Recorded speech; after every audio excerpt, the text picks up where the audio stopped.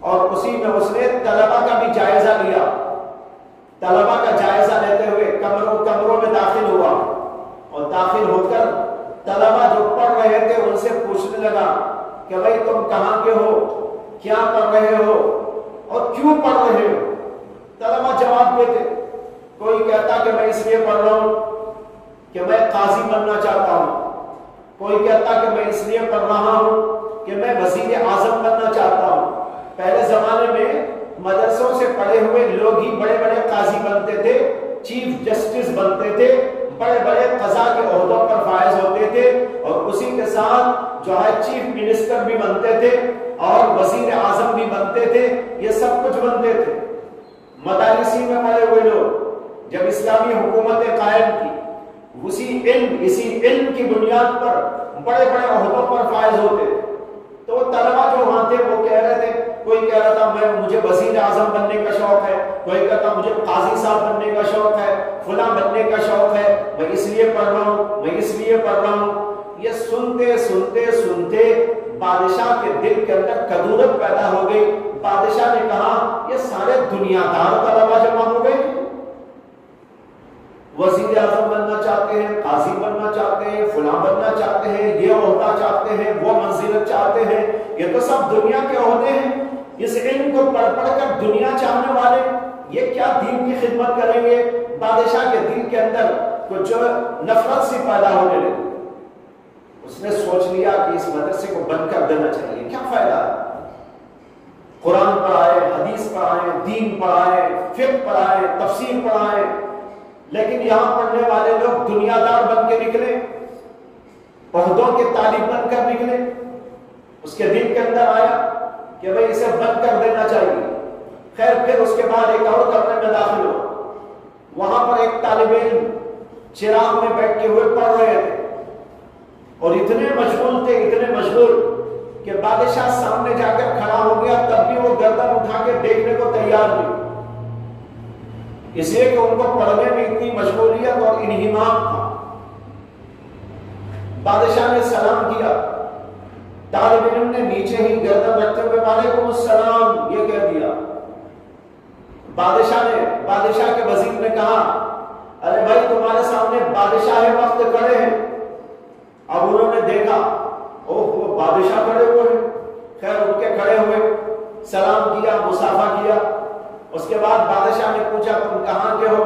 میں فلاں علاقے کا ہوں. کیا نام ہے تمہارا. میرا یہ نام ہے. کہاں کیسے آئے, کہاں سے آئے, وغیرہ وغیرہ تفصیل پوچھتے پوچھتے یہ بھی پوچھ لیا کہ تم کیا پڑھ رہے ہو. میں یہ پڑھ رہا ہوں. کیوں پڑھ رہے ہو. تو وہ بچہ ایک تقریر کرنے لگا. اس نے کہا کہ بادشاہ جہاں پر ہم بھی آپ بھی اچھی طرح جانتے ہیں کہ اس کائنات کو ایک بنانے والا ہے, ہم کو بھی بنانے والا ہے. اس ایک ذات نے اس پوری کائنات کو بنایا اور اس کو سجایا, اس کے اندر بے شمار چیزیں پیدا فرمائی اور اس میں انسان کو بنایا. انسان کے اندر بڑی لیاقت و صلاحیت رکھی, اس کے اندر علم کا مادہ رکھا, عقل کی صلاحیت رکھی, سمجھ بوجھ اس کو عطا فرمائی.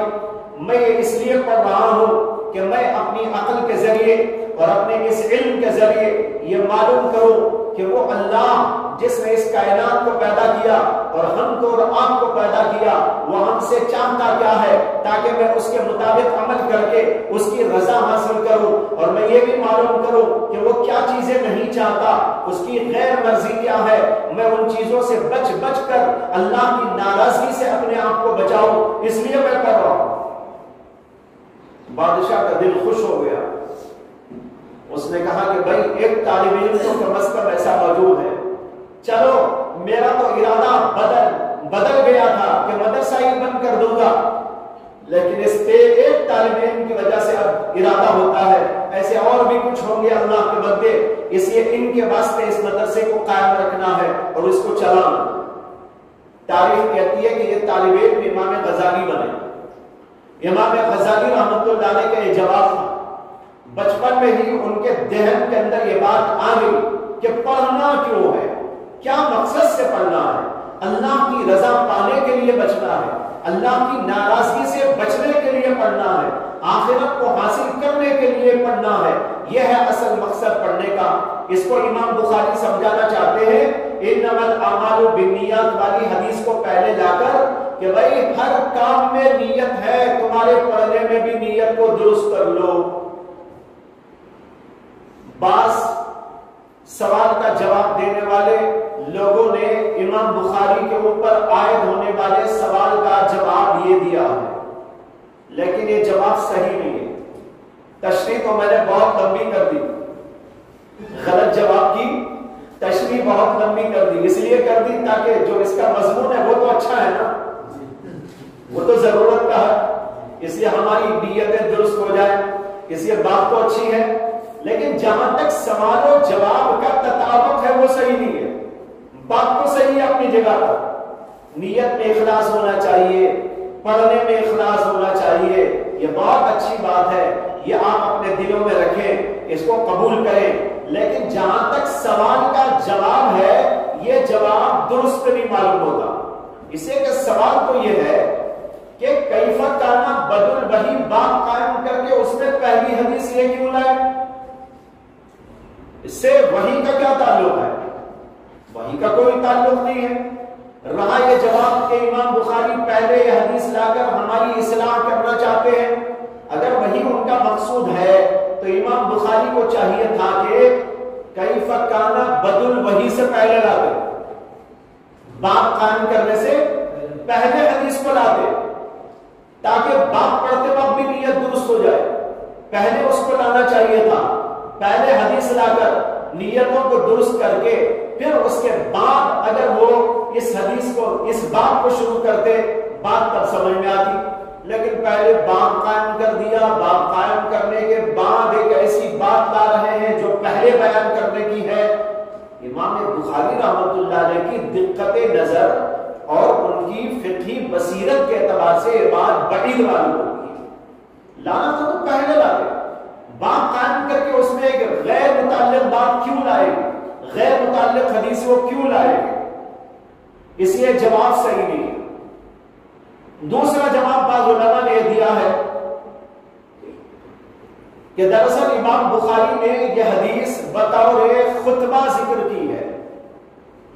آپ دیکھ رہے ہیں کہ امام بخاری نے کوئی خطبہ نہیں لکھا پہلے۔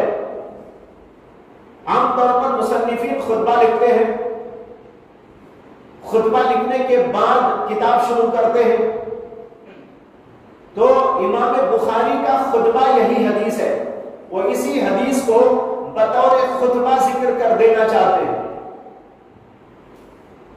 گویا یہ حدیث لا کر امام بخاری نے اپنی کتاب کا خطبہ بنا دیا، لیکن اس جواب پر بھی وہی اعتراض ہے جو ابھی آپ کو پہلے جواب پر بتایا گیا کہ اگر امام بخاری کا مقصد بطور خطبہ اس حدیث کو ذکر کرنا تھا تو باب سے پہلے ذکر کرتے، باب کے بعد میں کیوں ذکر کیا؟ باب کے بعد میں خطبہ نہیں آیا کرتا، خطبہ پہلے آیا کرتا ہے، اس کے بعد باب شروع ہوتا ہے، باب لکھنے کے بعد خطبہ لکھے، یہ تو الٹی منطق ہے، یہ بات صحیح نہیں معلوم ہوتی، اس لیے یہ جواب بھی درست نہیں ہے۔ تیسرا جواب یہ ہے جو ذرا بڑا دقیق ہے، آپ کو بہت غور و فکر کے ساتھ سننے کی ضرورت ہے۔ دیکھو باب قائم کیا ہے کیف کان بدء الوحی الی رسول اللہ صلی اللہ علیہ وسلم، رسول اللہ صلی اللہ علیہ وسلم پر وحی کی ابتدا کیسی ہوئی، کب ہوئی، کیوں کر ہوئی، یہ باب ہے۔ اس کے اندر ایک حدیث لا رہے انما الاعمال بالنیات، اور اس کے اندر ایک مثال بھی آ رہی ہے کہ اللہ کے نبی نے فرمایا من کانت ہجرتہ الی اللہ ورسولہ فہجرتہ الی اللہ ورسولہ، جس آدمی نے ہجرت کی اللہ کے لیے، اللہ کے رسول کے لیے، تو اس کی ہجرت اللہ اور اللہ کے رسول کے لیے ہے۔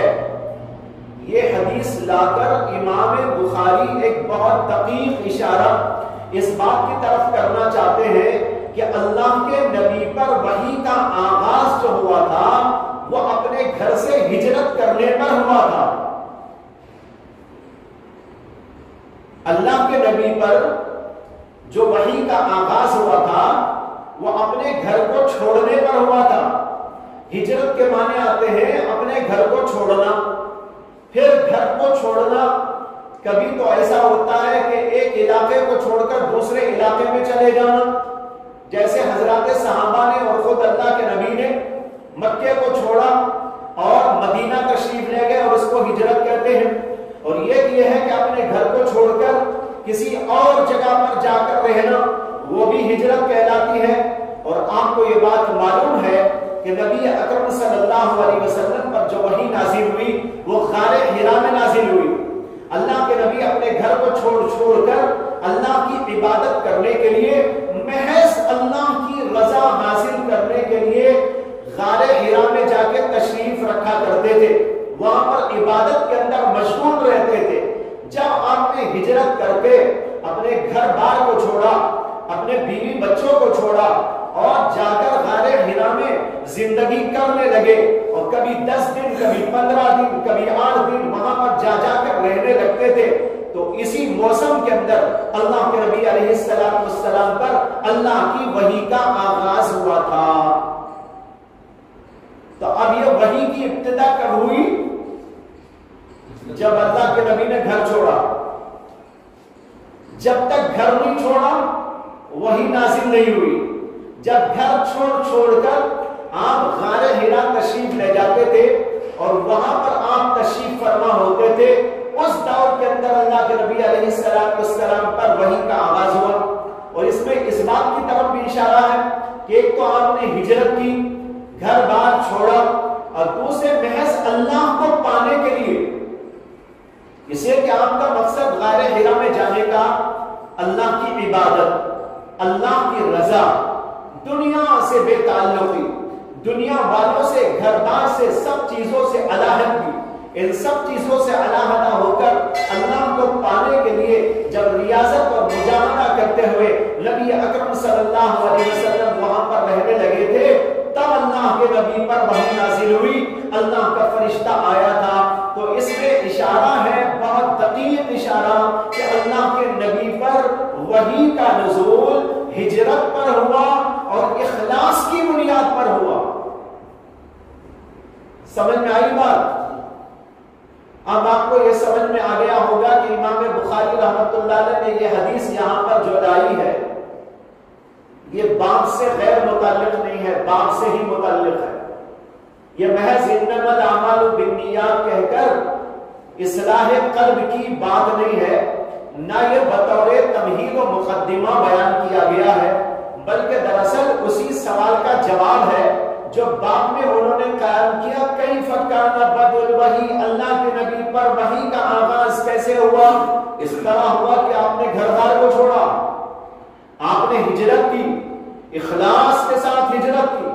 جب ہجرت بھی ہوئی، اخلاص بھی اللہ کے نبی میں تھا، تب جا کر اللہ کی وحی آپ نے پائی ہے. معلوم ہوا کہ اس حدیث کا بڑا گہرا تعلق ہے اس بات سے جس کو امام بخاری رحمۃ اللہ علیہ نے قائم کیا، باب کیف کان بدء الوحی الی رسول اللہ صلی اللہ علیہ وسلم.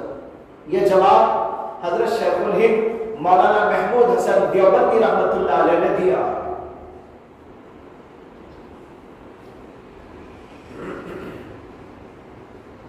اس کے بعد حدیث ہے، اور حدیث کے اندر لمبا کلام ہے، کئی چیزیں اس کے اندر آپ کو سمجھنی ہے. اس وقت تو صرف 1-2 باتیں ابتدائی عرض کرتا ہوں. اس حدیث کو امام بخاری رحمۃ اللہ علیہ نے اپنے استاد حمیدی سے ذکر کیا ہے. حمیدی مکے کے رہنے والے تھے. پہلی حدیث ایسے شیخ سے لائے جو مکے کے رہنے والے تھے. اس میں بھی اشارہ ہے کہ وحی کا نزول مکے میں ہوا.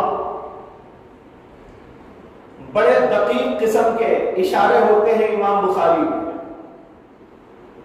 تو پہلی حدیث ایسے محدث سے لائے ہیں جو مکے کے رہنے والے، اسے کہ مکے میں ہی ابتدا ہوئی تھی اللہ کے نبی صلی اللہ علیہ وسلم پر وحی کی، اور دوسرے ان کے نام کے اندر حمیدی حمد سے یہ مشتق ہے،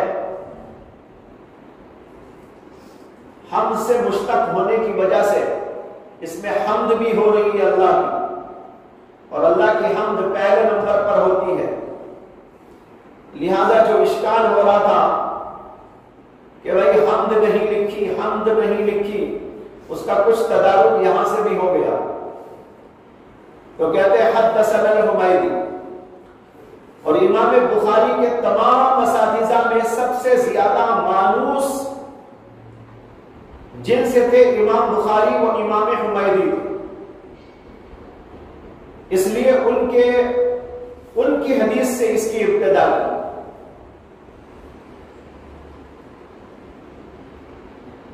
اور یہ حدیث ہے حضرت سیدنا عمر بن خطاب رضی اللہ عنہ سے،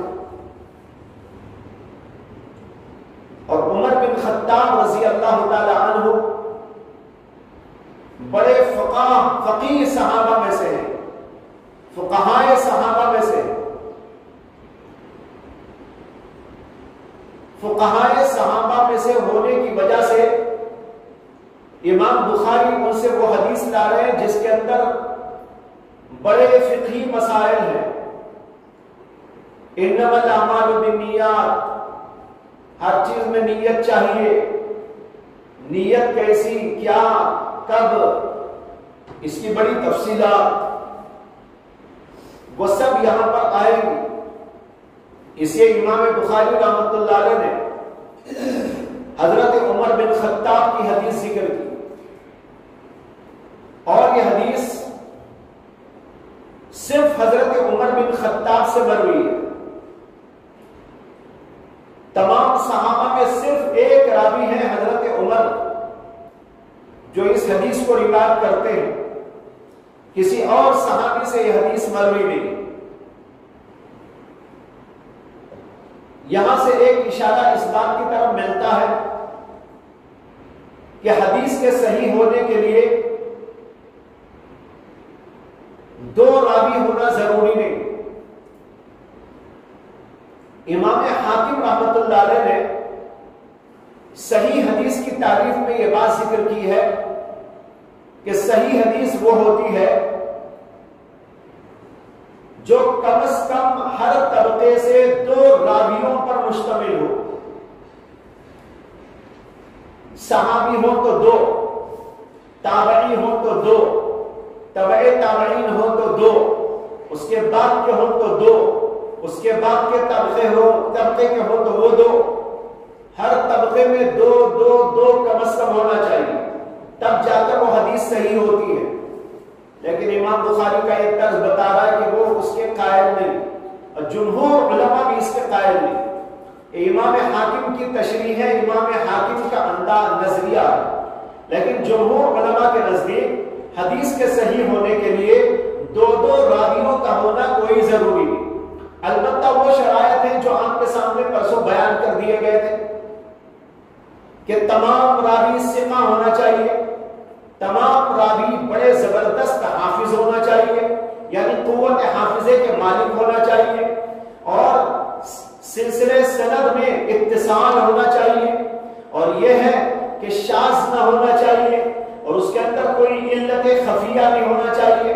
یہ 5 شرطیں بیان کی تھی، یہ 5 شرطیں اگر پائی جا رہی ہے تو حدیث صحیح ہو جاتی ہے، دو دو راویوں کا ہونا کوئی ضروری نہیں۔ دیکھیے یہ حدیث جو ہے، یہ حدیث حضرت عمر بن خطاب سے مروی، اور عمر بن خطاب سے اس حدیث کو نقل کرنے والے علقمہ ابن ابی وقاص، اور ان سے اس کو نقل کرنے والے محمد بن ابراہیم التیمی ہے۔ یہاں تک تو ہر ایک یہی ایک راوی ہے، اس کے بعد اگرچہ کہ سلسلے سند میں تعدد پیدا ہو گیا، لیکن یہاں تک صرف ایک راوی چل رہا ہے۔ حضرت عمر تمام صحابہ میں تنہا و یکتا ہے اس حدیث کو روایت کرنے میں۔ تابعین کے اندر علقمہ ابن ابی وقاص یہ تنہا راوی ہے، اسی طرح اس کے بعد تبع تابعین میں محمد بن ابراہیم التیمی، یہ تنہا ہے. ہاں اس کے بعد چل کر تعدد پیدا ہو گیا، لیکن یہاں تک تو ایک ایک ہی راوی اس کو روایت کرنے والا ہے.